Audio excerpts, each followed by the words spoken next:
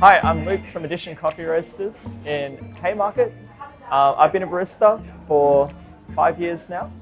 I'm also involved in Edition Coffee Roasters roasting process. Oh, look, we realised that this store decoration is a bit special. It's more, for me, it's more like a Japanese-inspired style. Would you like to talk with us more about the details of the deco? What the ideas comes from? So when Edition first opened in 2014, it was the concept was based around Japanese Scandinavian fusion.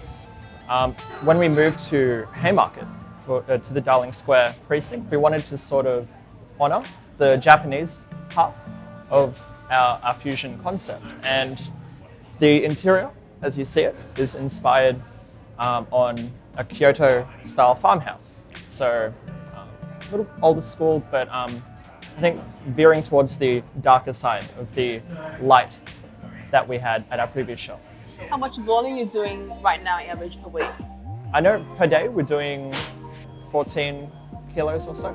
Well, how will you describe your roasting style?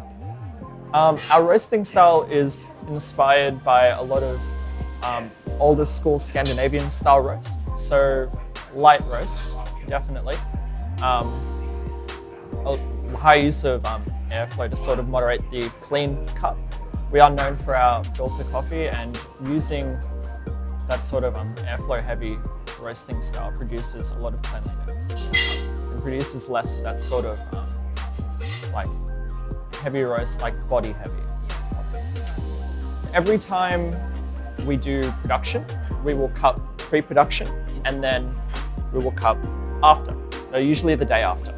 So like Taku will roast, or like both of us will be at the roastery, and then the next day we will do a production cupping just to see if we've achieved our goals in terms of the roast.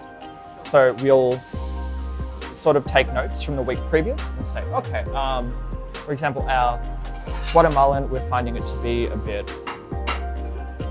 herbaceous or taste a little bit green. So what can we change on the roaster to make that less of a factor and produce something nicer, maybe to accentuate citrus notes out of it, or like make it a little less dirty, make it taste a bit cleaner, produce a cleaner cup. So we take those notes, we apply it to the roast, and then the next day after roast, we'll sip, cup, like Tuck and myself, some other staff will compare notes and see, like, do we think we've achieved our goals? How will you maintain your product consistency while in the very peak service time behind the machine? So during our peak, we're very stringent on following our recipes, and we also keep a track of our water quality. Every right. 2 or so hours. We work with a very diverse water board here, and in terms of its ppm and pH level, it shifts a lot. So as we produce our batch, our filter coffee for the day, and as we look at our espresso, our milk coffee, we adjust our recipe, and we write several recipes depending on what our water's doing. And then we'll sort of like taste as we go, look at the stats on our water and go, okay, let's try and match it together so that our customers get a consistent product. Do you think as a barista, what part of that you make you feel most enjoyable when you're doing this work? I naturally am drawn to challenges. I like when stuff is difficult. I mean, like when it comes to a rough dial in of your coffee, it feels so rewarding to have gone through like those 8 shots, put a coffee down, take a sip and go, oh, okay, that was it. That's the one. That's what coffee's gonna taste like today. There's a feeling of accomplishment behind that. Beyond that, I'm a friendly guy. I really enjoy like regular customers coming through, like hearing their stories and stuff, going beyond the, oh, that's Harold with a long black, or that's Paul with a cappuccino, you know? And to educate customers about specialty coffee is really, it's very subjective. I can hand a coffee to a customer and say, this is specialty. It meets like the tier grade benchmark, hit specialty, and they'll take a sip and go, coffee's coffee, man. So it's hard to communicate that distinction with customers. We do our best. And a lot of like the guys around here, they do their best too. But in terms of teaching customers about it, it's about little steps. You know, you hand them a long black and you say, oh, today your coffee is from Guatemala, or today your coffee is from Costa Rica. It's a natural. And over time, they sort of get this sensibility about, oh, I like the coffee I get when he says Ethiopia natural. I'll ask a question about that, you know? And we've had customers that have changed their order drastically from the first time they've walked through the door because I said, hey, do you want to try something a little bit different this time, man? And they've gone through that process of going from the milk coffee to, oh, I'll try just a little sip of filter, see if I like it, and move on. And it's cool getting to the point where they'll go and try out different coffee shops and come back and say, hey, I tried Performatory, or I tried Q.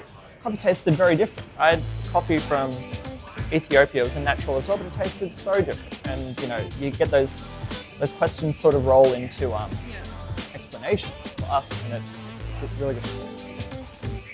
In this store, what is like the serving ratio of white and black coffee, in like percentage roughly? I would say, well, it's kind of skewed by corporate culture. Everyone likes their cappuccino or their latte and stuff. We get a lot of milk, and it does weirdly sort of change between weekdays to weekends. Yeah. A lot more milk on the weekends, and afternoons a lot more filter coffee or black coffee, because people have like milk in the morning, they don't want to load up, so they'll have black coffee or filter. Just like keep things light. As a barista for a while, do you think what are the key or essential personalities for baristas nowadays they should have? I think the industry is very good at removing baristas that aren't dedicated. You need to be dedicated to quality of your cup. You need to be dedicated to your service and how you approach customers. I think the baristas at the top of the game, the guys who are winning competitions and stuff, are humble as well. It's not about them, it's about the coffee, or it's about the producer, it's about the roaster, and they sort of carry the story of the people that make their coffee onto the customers. I think those ones, so humility, dedication, and kind of kindness in terms of service are the most important. Edition Coffee Roasters sits in a very unique part of the market, in sort of like a filter specialising light roast in terms of Sydney's market. Where most of the market is starting to head towards the medium, we stay light. That's it. Awesome. So last question will be, do you have any suggestions for those freshmen who are willing to get into industry? In terms of getting into the industry, I think the best preparation is to get to know good roasters, good baristas. Start having conversations with them, asking for their advice, or looking to them for places to start. A lot of them will have like a weekly cupping session that's like open to the public that they'll recommend you come along to, and that sort of thing is a very good way. Besides that, I'd recommend drinking a lot of coffee, lots of different types. Never get like snobbish about like, oh, I don't want to try mochas. Your customers have to drink mochas. You need to know what it tastes like. Try it. But also, if you want to hit like the upper tier of barista work or roasting, you need to get familiar with a very wide flavor palette.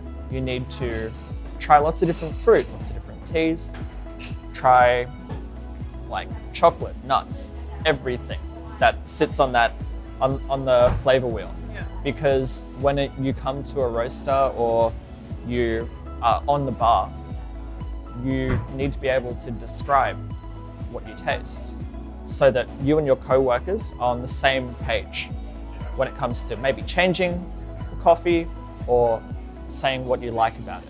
That was a big struggle early for me with Edition. The guys and I spoke almost completely different languages in terms of how we tasted coffee, but we calibrated and now it's happy days.